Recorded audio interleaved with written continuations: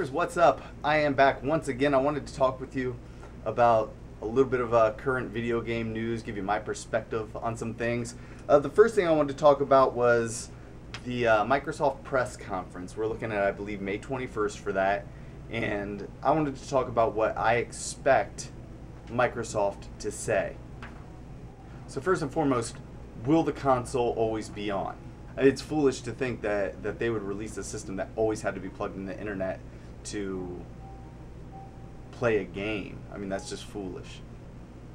And it would be suicide. So they're not going to do that. So it's nothing I would worry about. If anything, it's always going to be required to be on for all the media connectivity that it's going to have. They're really trying to make it like a set-top box that's going to do everything, and you know, Netflix and movies and blah blah blah, and that's going to be the functionality they're pushing. So it will be a system that's required to be plugged in the internet for, you know, 100% effectiveness. But as a game console, no, they're not going to do an always-on system. Now, I am expecting Microsoft to do something with backwards compatibility. If not both, one of the two.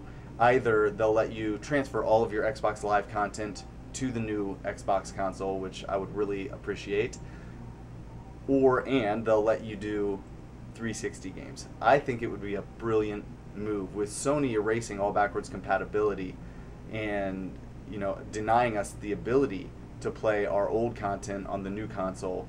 It would be really good if Microsoft said, hey, look, we have an installed game library like the Nintendo did with the Wii U. That will be a major selling point for me, because I've always loved backwards compatibility in a system, and one of the major drawbacks to the PS4 for me is it's not going to allow you to transfer, from my understanding, PSN content or play PS3, PS2, or PS1 games. And I think it's really crappy that you have the largest installed game libraries with the PS1 and the PS2, and you're not allowing people to play those games on your new console, when it would really be easy. I mean, and if you want to say it's a matter of cost or whatnot, it's a foolish notion to even believe that, because we already know the backwards compatibility in the PS3 is available through emulation, and they chose to take that away from us and not let us play PS2 games on the PS3, because, you know, that's Sony for you. So I just think it's a winning move for Microsoft to allow backwards compatibility of all sorts, especially their Xbox Live content.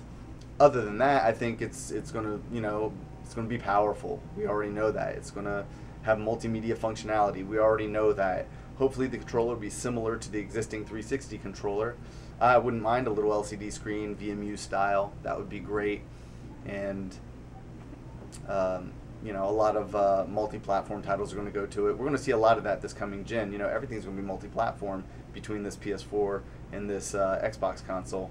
So don't be surprised to see all your favorite titles on both systems, and then the fanboys can argue about which one is better. And that's really about all I expect from Microsoft. They'll of course show some exclusive games, and they'll show, like Sony did. They'll show a bunch of, you know, stuff that's currently being worked on. I don't think they'll show as much current gen stuff as Sony did. I think Microsoft will show us a console. I think they'll, I don't know, maybe they'll give us a release date. I would appreciate that. I thought Sony's press conference really lacked in that we had no console, we had no release date. A lot of stuff wasn't solid. And I think the Microsoft conference, and because it's closer to the time they're going to launch a console, will be a little more solid, and they're going to give us a little more information. And they want to one-up Sony. And they need to one-up Sony if they expect to sell consoles. Okay, moving on, I want to talk about the problem with gaming today. And to put it short and to make it easy, gaming today has a shelf life. And I have a great example. I really loved Need for Speed Most Wanted. One of my favorite Need for Speed games of all time. I played the holy hell out of it. Loved it. And the new Need for Speed Most Wanted came out, and I was like, oh, this will be great. I put it in. I started playing it. It was okay. It wasn't as good as the first one, but I'm rolling around, and I see this car I want to get. And I'm like, that is awesome. That's a sweet car. So I roll up on it. I hit the button, and it gives me the little thing on screen. It wants you to go to the store, and you have to purchase a car pack to drive that car. In game, they're doing this too. And, you know, EA's done it with Tiger Woods. You know, oh, if you want to play this course, you got to buy it. But that's exactly the problem with gaming today. All of this downloadable content, all of these incomplete games that they're selling us, games that aren't even completely programmed when they ship, that are fixed via patch on launch day. You know, all this stuff that's happening is just really giving our games a shelf life. You know, 10, 15 years down the road, if you decide, hey, I want to hook up my old 360 or PS3, and you put in Most Wanted, and you roll up on that car is not going to be available anymore. They are not going to support this content forever. And it's a big, big problem with games. We are buying games. We're paying the full price for games that we can't play every single bit of, and that's a problem. It's like they're saying, you know, you paid the premium price for the game, but you have to pay extra to drive the supercars. It's a Need for Speed game. You know, I didn't buy Need for Speed so I can drive around a Honda Civic or a stock Mustang. If I want to do that, I can go out to my driveway and do it. Instead, they're giving us a racing game that's supposed to have all the most exotic cars and all the, you know, and we're stuck driving the same car as the pizza guy on my block. It's not right. And I just think that's a real problem, and that's the biggest problem with gaming today for me. Games are incomplete, and I don't appreciate them selling us incomplete products. You know, they ask you for the full price, you pay the freight, you get the game, and it's just not complete. You know, if you want to add DLC to a game, fine. Do it a few months down the road, not day one, not on launch day, not on a game, not in the middle of the gameplay either. Give us a store, an option in the menu, go to store, and we can go to the store and buy stuff. Don't put it in the game so it's like rubbing in your face, hey, look what you're missing unless you pay extra, because that's messed up, and that just really doesn't sit well with me. Alright, so next I want to talk about why Nintendo isn't failing. You keep seeing all these reports on, is Nintendo going under, why Nintendo should get out of the hardware business, blah, blah, blah. First and foremost, folks, I don't care what you say. Nintendo is the greatest innovator in the home game console market. Always have been, always will be. They rule the handheld market. I know this sounds like fanboy stuff. I know this sounds like a rant, but they rule the handheld market. They're killing right now with like 80-some% of the handheld market worldwide. The Wii U is not selling great. We all know this, but don't forget, the first 4 weeks of the Wii U, its launch month, was actually stronger than that of the PS3 or the 360. Go ahead and look it up so you can check up on me. It is true.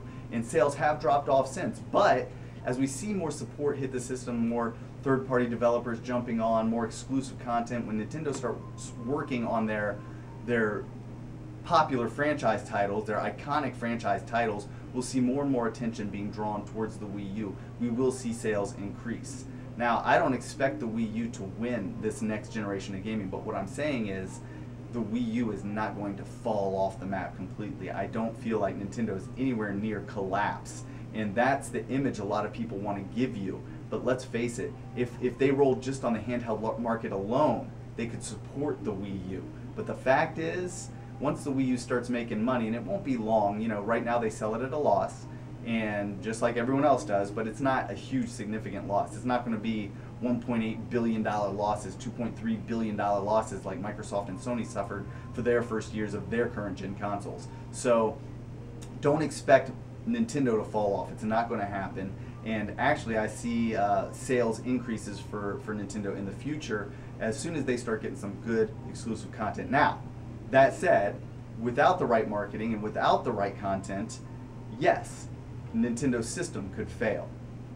And the Wii U could suffer a huge humiliation more than anything, but it won't cause Nintendo to end up like Sega. So if you have that thought in your head, just get rid of it now, because it's just not going to happen. Lastly, I want to talk about the difference between piracy and used games. I'm sick of people who think that, you know, used games are the devil, or that piracy is okay. You know, it's just, we got to get this hammered down, because I had someone just recently I was debating with online who said, well, all the used game market is legal piracy. No, nothing could be further from the truth. First and foremost, a used game has been sold and has turned a developer a profit. There is a rule, it's called first sale doctrine, and when you buy a game, a book, or anything that's copywritten, music, whatever it may be, you own it. You have the right to sell it. This is just something that's existed, you know, as long as humankind has had any kind of system where they needed to trade for, I mean, we're talking cavemen did this, okay? I have a wheel, you have a sharp stick, I will give you my wheel for your sharp stick. And it's worked its way all the way up today, and it's been put into law. First sale doctrine says we are allowed to do it. Piracy does nothing to support the market. When you pirate a game, you download it, you have it, and that's it. And nothing is encouraging you to buy a new game or to, you know, wait for the new game to come out to buy it, or just wait to pirate it. Why not? Because you can get it for free. No, piracy is illegal. You're stealing when you're using piracy. But when you trade a game towards a new game, you're stimulating the market. You're making a sale for another developer. And sure, that puts your old game on the used shelf. But let's face it, that's a used game. It's an older title. In most cases, there are some newer titles on the wall. But when it comes right down to it, you sold a game that you gave a profit to a developer for when you bought it. Okay, you got rid of that game, which you have the right to do, and then you used it to buy another game. I see people trade for new games constantly. There's a huge chunk of the new market that is stimulated by the sale and trade of older game titles. And that's what people really seem to fail to understand. The used game market does stimulate the new market. So I can take my shirt, you know, I bought it at Old Navy, and I can take it to Plato's Closet where they buy used clothes, and I can sell it to them, right? And Old Navy doesn't make a dime from that sale, but they aren't expected to. And I'm allowed to do that because it's my shirt. I can do whatever I want with it. And that's what people don't understand. And the same holds true with any market. Now, if developers don't want us trading in games, how do they fix that? Well, give us games with more replay value. It's that simple. Give me a Time Splitters 3. You know, a game I can play for weeks and weeks and weeks on end and not get bored. And when that happens, you'll see less games getting traded in. So if you have this delusional idea that the used game market is hurting developers and everything, just remember, used games have been on the market, sold and traded since gaming started, since the first, you know, cartridges with games on it. We're talking like the Fairchild Channel F in 1976, you know, with games stored on media formats. So we're talking nearly 40 years, you know, since gaming started in as a whole. Because don't think people didn't trade their Magnavox Odysseys back in 1972. You know, they did, and it didn't kill the industry. It's never killed the industry. And if the industry hasn't died by now, as a matter of fact, if the industry has become stronger and made more money than ever right now, then you can't say used games are killing the industry. It makes no sense, and there's no logic in it. So just consider that, and always remember, piracy, bad. Used game market, not bad. I never will or never could endorse piracy. Even if I'm mad at a company, I won't endorse piracy. So don't do that, because it's just wrong. If you want to sell and trade your games, don't feel guilty, and don't let any jerk on the internet let you feel otherwise. It's an okay thing to do. And one other thing to consider is that, yeah, I own a buy, sell, trade video game store, but I buy new games. I sell new games, and I allow people to come in and trade for new games. GameStop is one of the largest retailers of new games in the world today. Okay, but they also buy, sell, trade. So, if you consider the fact that without stores like mine, without stores like GameStop around the world doing what we do, your outlet for games would decrease. Game sales would decrease. I mean, unless they go strictly digital, you know, you need retail outlets. And the only money to be made on new game sales is when people trade for them. When I buy a game new, my markup on it is about $8. You see yourself making a $60 purchase, but when it comes right down to it, I'm only getting $8 of that. The rest of that money is spread out among everyone else. The developer makes more, the publisher makes more, and I make probably the least amount of anyone who does it, unless someone trades towards that game. So those trades are what keeps these stores open. So that's something to consider. The amount of retail sales for games would decrease if we saw an end of the buy, sell, trade, or the used game market as a whole. And that's it for now. Thanks for watching. Please do watch Nerd Co. if you haven't already. You can check it out on nerdko.com or on geekspodcast.com. We've been doing some really, really good stuff. Joshua from Geeks Podcast is awesome. We've been shooting this fantastic content. I'm so proud of what we've been doing, and I'm very happy with it. So Nerd Co, check it out. It's right on my channel. If you need to, just hit that little tab that says videos and check it out. So I'm going to get out of here. I got to open the store. I'm actually about 10-15 minutes late, and I saw someone walk by and look in. So I'm going to get out of here. You guys have a great day. Thanks for watching. I'll catch you all later.